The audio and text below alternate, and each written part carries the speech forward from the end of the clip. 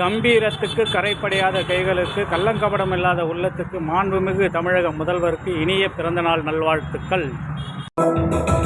அண்ணா முன்னாசைப்படி 1.1977 புரட்சி தலைவர் முதல்வரானார்.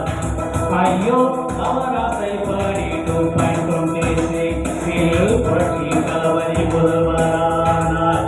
உங்கள் உள்ளம் நல்ல உள்ளம் தானே, அதனால் நன்மை நடந்தவையா இனி என்ற காலமும் முதல்வரின் வாழ இருவரும் இணைந்து வாழ்த்துகிறேன்.